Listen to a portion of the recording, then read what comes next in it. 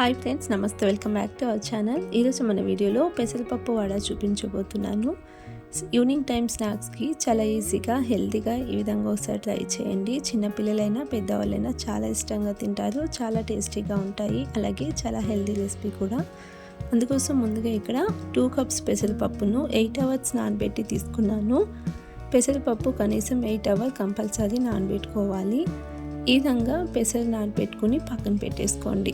ఇప్పుడు కొంచెం మసాలాను గ్రైండ్ చేసుకోవాలి. అందుకోసం చిన్న మిక్సీ జార్ తీసుకుని ఇందులోనే కట్ చేసుకున్న 1 ఉల్లిపాయ వేసుకుంటున్నాను. అలాగే 4-5 పచ్చిమిర్చి వేసుకోవాలి.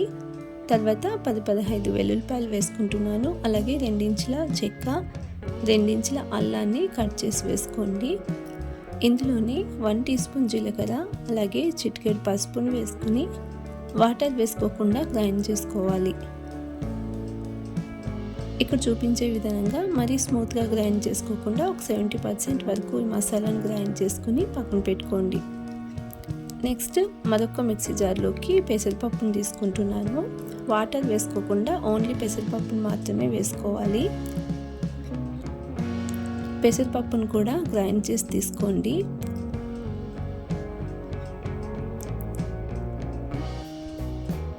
ఇక్కడ ఈ విధంగా స్మూత్గా గ్రైండ్ చేసుకోకండి. వీటిని కూడా ఒక 70% వరకు గ్రైండ్ చేసుకుని అన్నిటిని ఇదే విధంగా గ్రైండ్ చేసి ఒక మిక్సింగ్ బౌల్లో తీసుకున్నాను. అలాగే గ్రైండ్ చేసి పక్కన పెట్టుకున్న మసాలాను వేసుకుని ఇందులోనే చిన్నగా కట్ చేసుకున్న ఉల్లిపాయలు, అలాగే కట్ చేసుకున్న కరివేపాకు, కొంచెం కొత్తిమీరను కూడా కట్ చేసి వేసుకుని తర్వాత రుచికి సరిపడా సాల్ట్ని వేసుకుని మిక్స్ చేసుకోవాలి.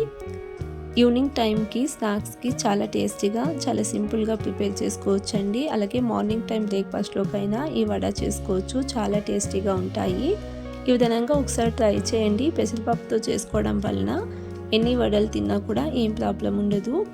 అలాగే చిటికెడు పసుపును వేసుకుని మిక్స్ చేసుకోండి. ఈ విధంగా మసాలాను బాగా మిక్స్ చేసుకుని కొంచెం కొంచెంగా తీసుకొని ఇలా రౌండ్ షేప్లో వడలా చేసుకోవాలి. ఇక్కడ నేను ముందుగానే డీప్ ఫ్రైకి ఆయిల్ వేడి చేసి పెట్టుకున్నాను. ఇలా కొంచెం కొంచెంగా తీసుకుని రౌండ్ షేప్లో చేసి ఆయిల్లో వేసుకోండి. ఆయిల్ మీడియం హీట్ ఉండాలి. మీడియం ఫ్లేమ్లోనే 2 వైపులు తిప్పుతూ గోల్డెన్ కలర్ వచ్చేంత వరకు ఈ విధంగా ఫ్రై చేసుకోండి. వడ ఈ విధంగా ఫ్రై అయిన తర్వాత వీటిని ఒక ప్లేట్లో తీసుకుంటున్నాను. మిగిలిన పిండిని కూడా ఇదే విధంగా వడలా చేసి డీప్ ఫ్రై చేసుకోండి మీడియం ఫ్లేమ్లోనే. ఈ వడ చాలా క్రిస్పీగా, చాలా టేస్టీగా ఉంటాయి. ఒకసారి ఈ విధంగా ట్రై చేయండి. అలాగే ఇలాంటి మరెన్నో రెసిపీస్ కోసం ప్రకృతి స్టార్ కిచెన్ని సబ్స్క్రైబ్ చేసుకోండి, లైక్ చేయండి, షేర్ చేయండి. Thanks for watching the video.